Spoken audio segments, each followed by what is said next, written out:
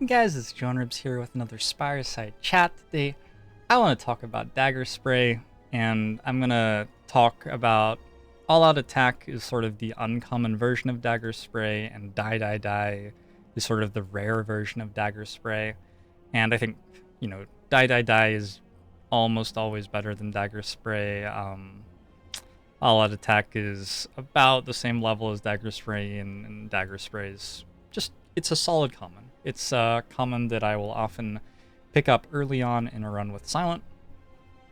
And I actually have quite a lot to say about this card.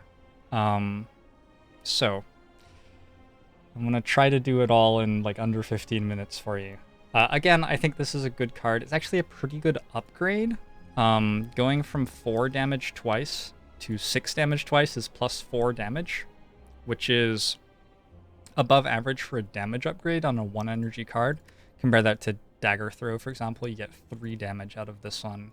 Strike, you get 3 damage out of course. Flying Knee is 3 damage as well. Slice is 3 damage. So if you're looking for an upgrade just for damage, Dagger Spray is often going to end up being an upgrade, which is pretty nice. And then not only do you get an extra 4 damage on the 1-cost attack, but it's applying to all enemies, which is a big deal. A lot of fights have more than 1 enemy in them.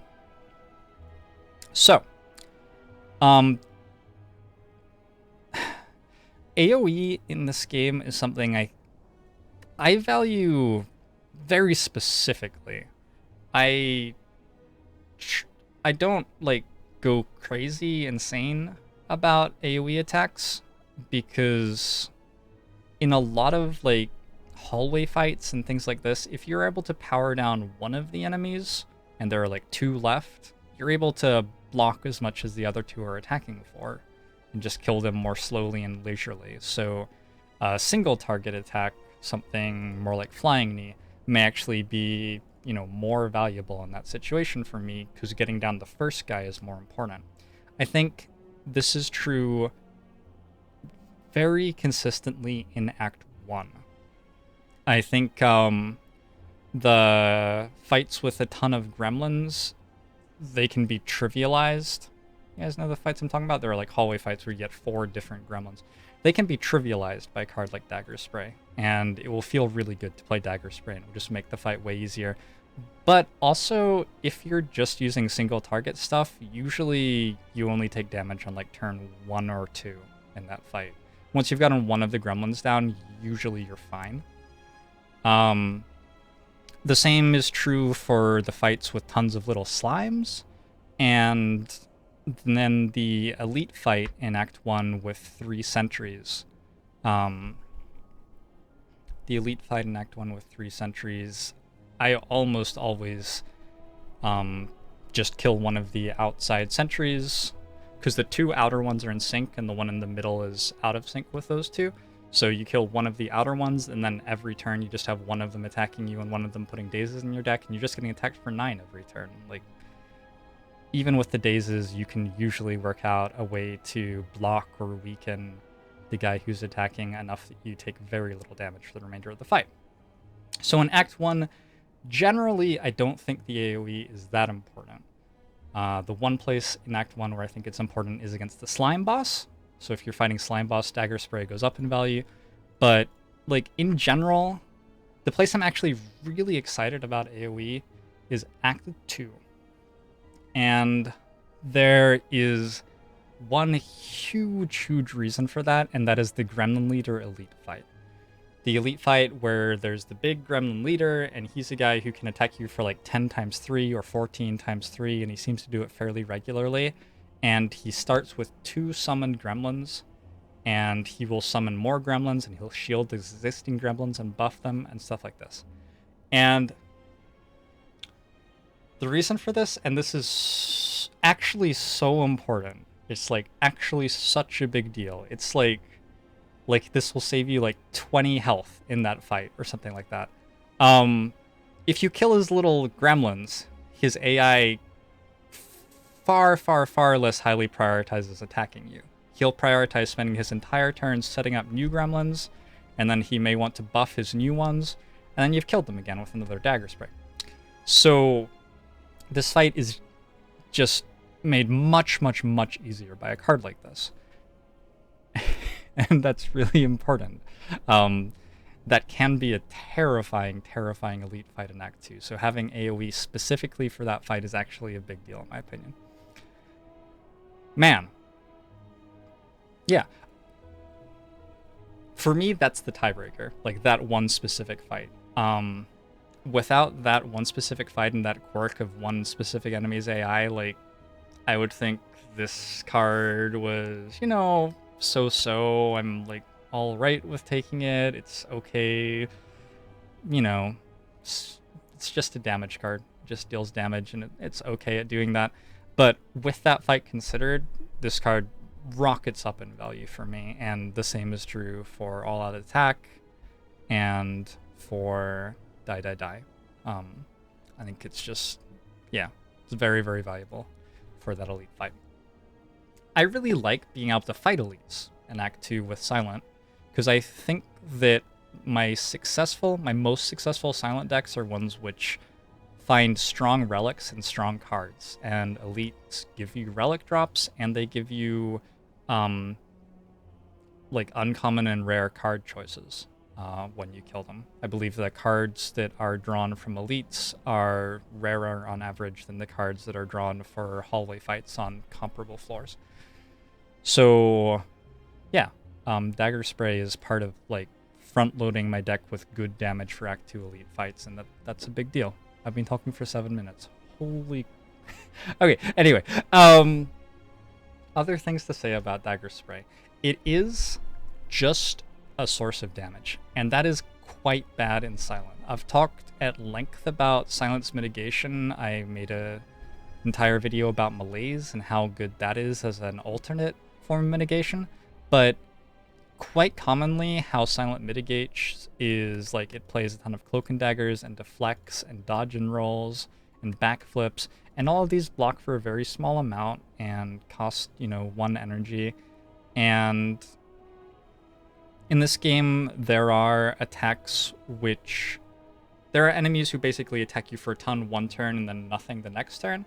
And if you're looking at a deck which has all these cards in it, which are set up to be able to block that big attack that happens on the one turn, and then you want your deck to also be able to do something on the other turn where it's not getting attacked for, you know, a huge amount, you can start running into space issues. And a card like Dagger Spray doesn't deal that much damage, and doesn't block, and that can be problematic. A card like Skewer or Flechettes or Skewer, a card like Predator to draw you more of your low-cost block cards on the turn when you need them.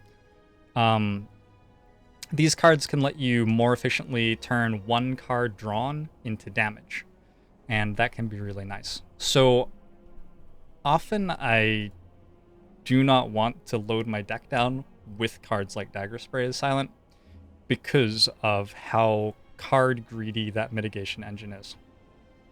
That said, I have talked about how you can create mitigation as Silent using Malaise, especially coupled with Burst. You can do this and it can actually work really well for you, especially in Act 2. So if I'm going to do that, I can afford to have more cards like Dagger Spray in my deck. You can also run into like weird Bag of Marbles plus Backstab decks with Silent, which don't mitigate all that much. They're more focused on damage. I think if you look up Silent speedruns on YouTube, you'd probably find a lot of decks like that being played on non-Ascension.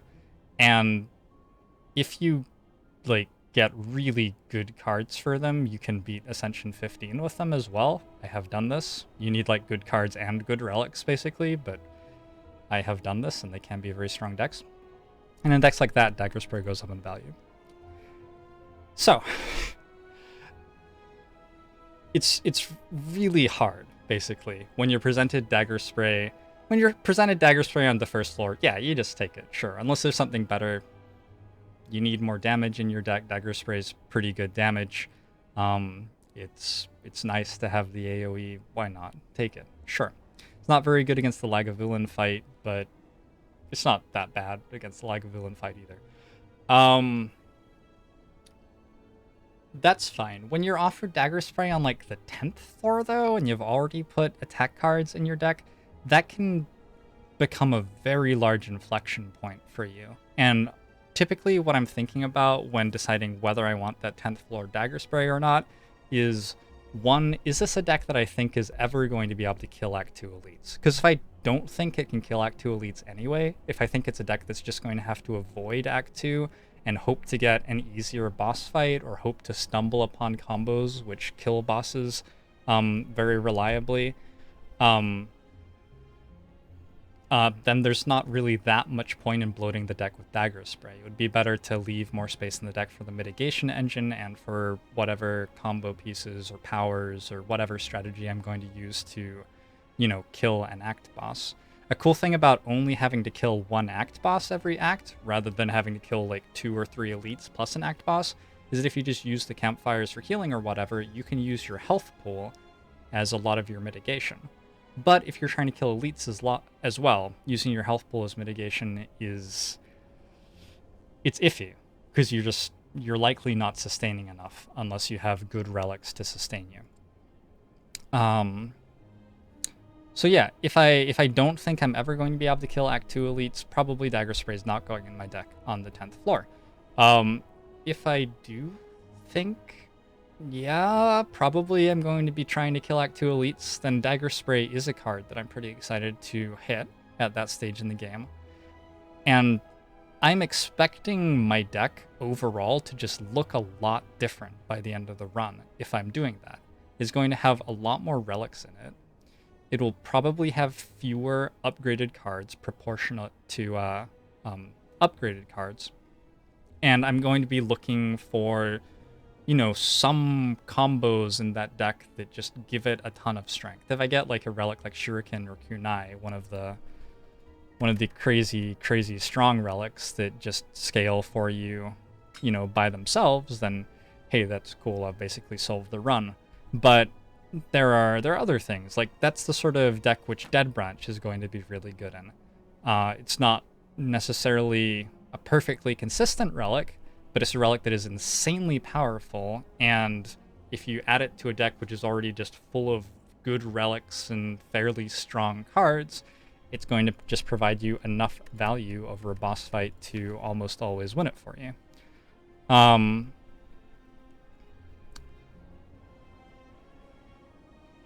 These decks are typically going to have more attacks in them, because I'm expecting more of my mitigation to come from relics or particularly strong mitigative cards like Malaise.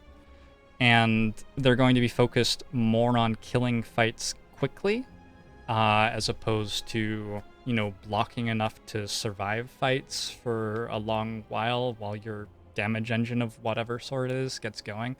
You can win this game with a damage engine as simple as like Deadly Poison plus Bouncing Flask plus Catalyst.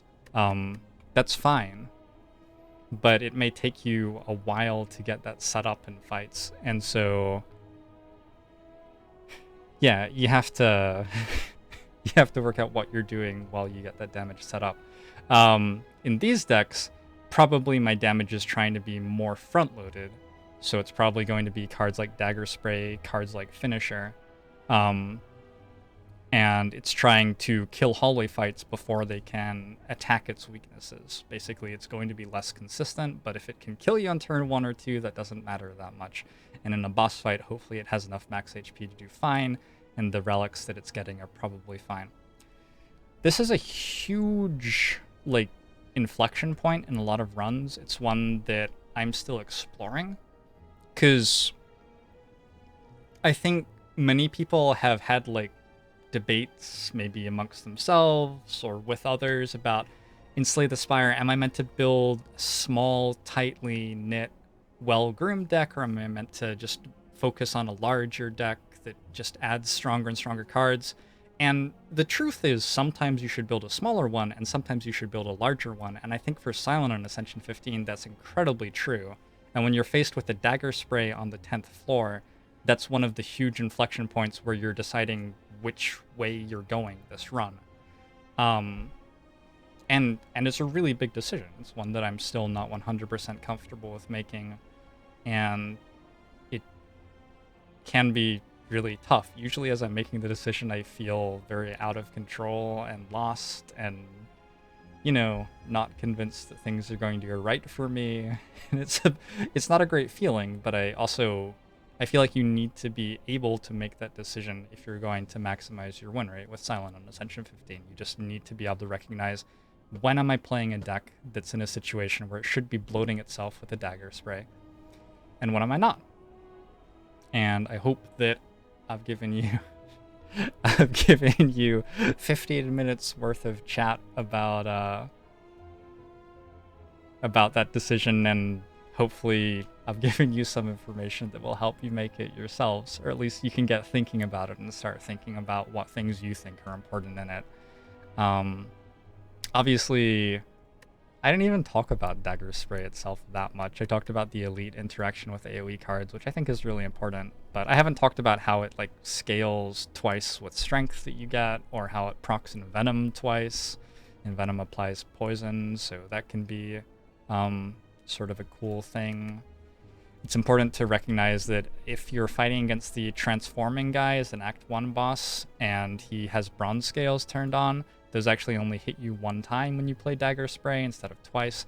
There are tons of really interesting things to say just about this card, but I wanted to make a very large point about the idea of putting another card in your deck which just deals damage, and what that might mean for your run in a larger sense on Silent.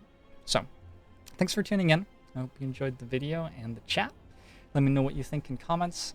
And I have a link below the video to my Discord and my Twitch chat and stuff like that if you want to stop by and say hi.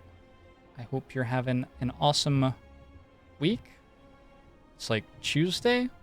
I'm recording this on Sunday morning, but I guess it's Tuesday now. I'll see you guys next time for another Spire side chat. Bye-bye.